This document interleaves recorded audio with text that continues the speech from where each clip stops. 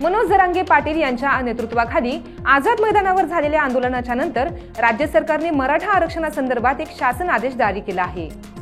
हैदराबाद गॅझेटमध्ये नोंद असलेल्यांना कुणबी प्रमाणपत्र देण्याबाबतचा GR राज्य सरकारने काढला आहे। यामुळे ओबीसी संघटना सरकारवर नाराज होताना दिसत आहे।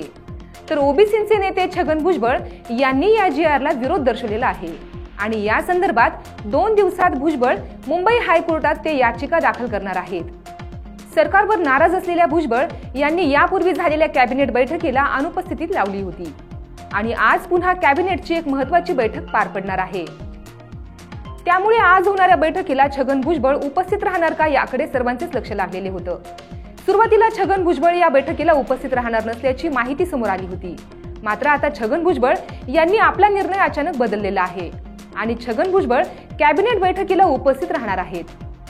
मंत्रिमंडळ बैठकीनंतर अखिल भारतीय महात्मा फुले समता परिषदेच्या वतीने शासन निर्णय संदर्भात मुख्यमंत्री देवेंद्र फडणवीस यांना निवेदन देणार आहेत।